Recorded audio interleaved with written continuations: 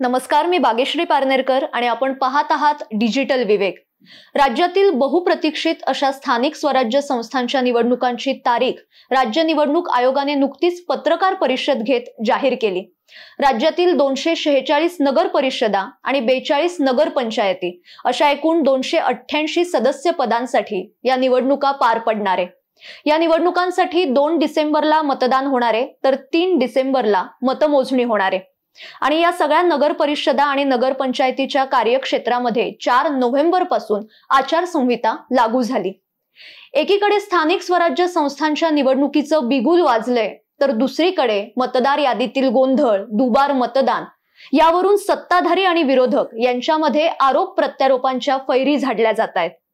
आता 1 नोव्हेंबरला मुंबईमध्ये सत्याचा मोर्चा काढण्यात आला होता। यावेळी महामनसे म्हणजे महाविकास आघाडी आणि मनसे असं एक नवीन समीकरण पाहायला मिळालं। या मोर्चाच्या वेळी राज ठाकरे यांनी कल्याण ग्रामीण, डोंबिवली, भिवंडी, मुरबाड याचा उल्लेख करत तिथल्या हिंदूंनी कशा पद्धतीने दुबार मतदान केलं हे वाचून दाखवलं आणि या मतदारांना बडवण्याची भाषा सुद्धा त्यांनी वापरली। त्यानंतर स्थानिक स्वराज्य संस्थांच्या निवडणुकांची तारीख जाहीर झाली आणि मग मंत्री आशिष शेलार यांनी पत्रकार परिषद घेत पुन्हा एकदा दुबार मतदानाचा मुद्दा ऐरणीवर आणला। या पत्रकार परिषदेत आशिष शेलार यांनी मुंबईसह काही मतदारसंघातील मुस्लिम मतदारांची दुबार नावं किंवा त्यांनी कशा पद्धतीने दुबार मतदान केलं हे सगळं स्पष्ट करून सांगितलं। त्यामधल्या वेगवेगळ्या कॅटेगरी सुद्धा समजावून सांगितल्या आणि असे मतदारसंघ की ज्या ठिकाणी मवियाचे उमेदवार विजयी ठरले त्या ठिकाणी मुस्लिम दुबार मतदान हे जास्त झालंय हे सुद्धा त्यांनी स्पष्ट करून सांगितलं। राज ठाकरेंनी कल्याण ग्रामीण, डोंबिवली, भिवंडी, मुरबाड याचा उल्लेख केला। त्यांना फक्त हिंदी, मराठी, दलित एवढेच दुबार मतदार दिसले का? मग राज्यातील 2 लाख मुस्लिम दुबार मतदार त्यांना दिसले नाहीत का? असा सवाल सुद्धा आशिष शेलार यांनी उपस्थित केला। आशिष शेलारांची पत्रकार परिषद आपल्यापैकी अनेकांनी पाहिली असेल। अनेक महत्त्वाचे मुद्दे त्यांनी यामध्ये उपस्थित केलेत। त्यातलाच एक महत्त्वाचा मुद्दा ऐकूया।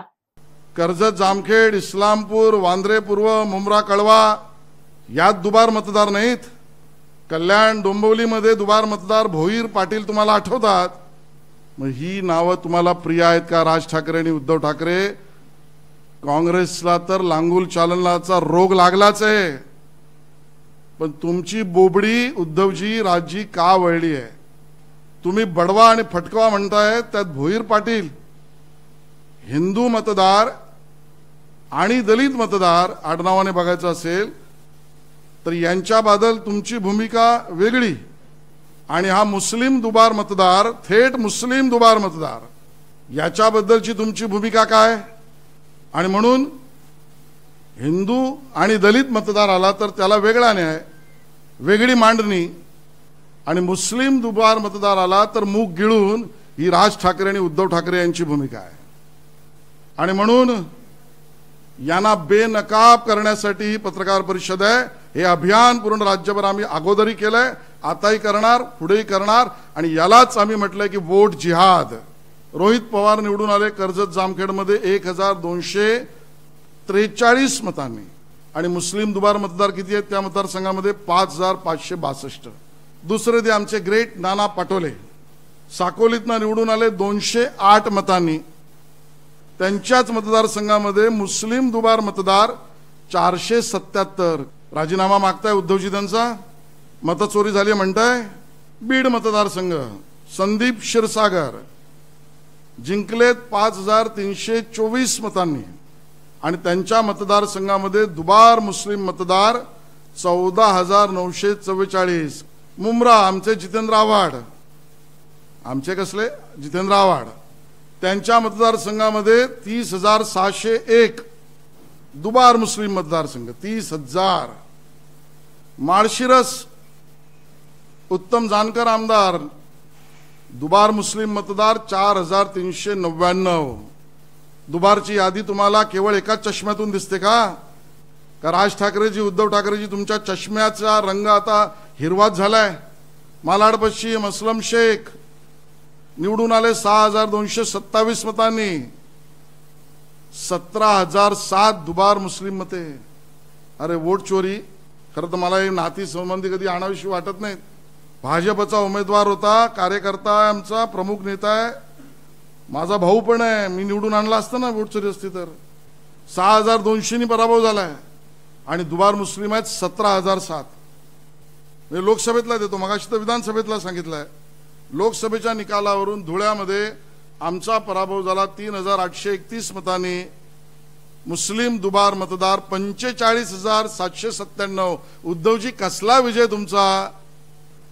यांची भूमिका संशयास्पद, अतिशय खालच्या स्तरावर निवडणुकीच्या निकालात जिंकण्यासाठीच्या प्रयत्नाची आहे. राजकारणाला तुष्टीकरणाची परंपरा तशी काही नवीन नाहीये, पण गेल्या काही वर्षात मतांसाठी, सत्तेसाठी एखाद्या विशिष्ट समाजाला अंजारण्याची, गोंजारण्याची एक नवीनच पद्धत सुरू झालीय.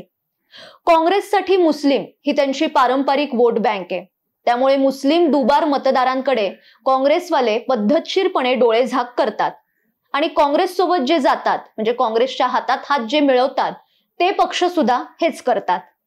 ज्यावेळी 2024ची लोकसभा निवडणूक पार पडली, त्यानंतर भाजप नेते किरीट सोमय्या यांनी वोट जिहाद या संकल्पनेवर पुराव्यानिशी प्रकाश टाकला.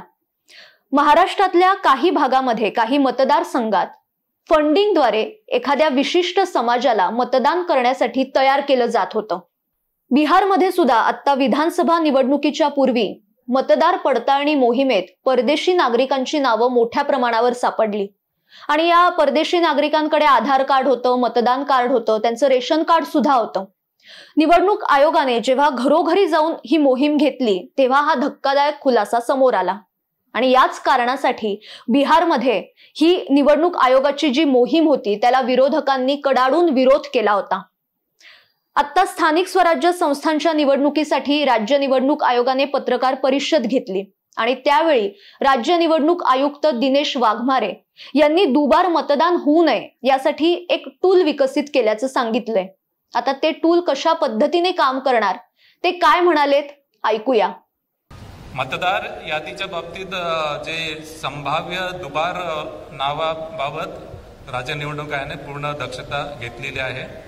राज्य निवडणूक आयोगाने त्यांच्या सिस्टीमवर टूल विकसित केलेला आहे आणि या टूलच्या माध्यमाने प्रत्येक नगरपरिषद, नगरपंचायतीमधील प्रभागामध्ये संभाव्य दुबार मतदार हे डबल स्टार असं चिन्ह त्याच्या पुढे आलेलं आहे.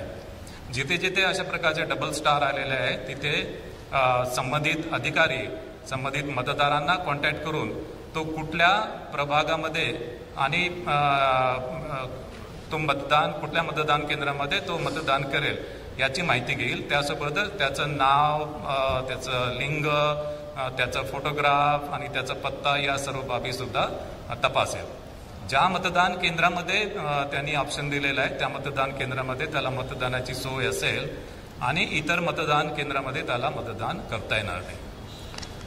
ज्या मतदारांच्या नावानं पुढे डबल स्टार आलेला आहे, दुबार मतदार म्हणून डबल स्टार आलेला आहे, पण त्यांनी काही प्रतिसाद दिला नाही तर सर्व मतदान केंद्रावर त्याचं डबल स्टार म्हणून नोंद होईल आणि असा मतदार मतदान केंद्रावर आल्यानंतर त्याच्याकडून एक डिक्लेरेशन घेतलं जाईल की या मतदान केंद्राव्यतिरिक्त इतर मतदान केंद्रामध्ये त्यांनी मतदान केलं नाही किंवा या मतदानानंतर दुसऱ्या मतदान केंद्रावर तो मतदान करणार नाही.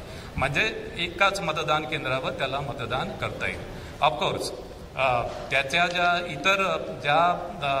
वेगवेगळे जे अधिनियम आहेत आणि नियम याच्यामधल्या मतदारांच्या पात्रतेविषयी ज्या तरतुदी आहेत त्या ऑफकोर्स प्रिसाइडिंग ऑफिसर या तपासून घेतील. महाराष्ट्र विधानसभेचा निकाल लागल्यापासूनच राहुल गांधी हे सातत्याने मतचोरीचा आरोप करतायत. मुख्यमंत्री देवेंद्र फडणवीस यांनी ठामपणे हे सगळे आरोप खोडून काढलेत. निवडणूक आयोगाने सुद्धा वेळोवेळी हे स्पष्ट केलंय. पण असं असताना सुद्धा पुन्हा पुन्हा तेच आरोप करून विरोधक जनतेमध्ये संभ्रम निर्माण करण्याचं काम करतायत.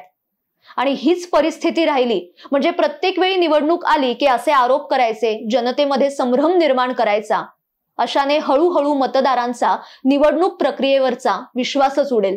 दुबार मतदान हे लोकशाहीसाठी घातक आहेच, पण मतदारांच्या विश्वासाला धक्का देणारी ही पद्धत आहे. प्रत्येक वेळी निवडणुका जवळ आल्या की ईव्हीएम हॅक, मतदार यादीतला गोंधळ, मग दुबार मतदान असे आरोप विरोधक सातत्याने करतात. पण कुठे करतात? तर ज्या राज्यात भाजपची सत्ता आहे, जिथे काँग्रेसची सत्ता आहे किंवा काँग्रेस प्रणित सरकार आहे, तिथे सगळं व्यवस्थित असतं.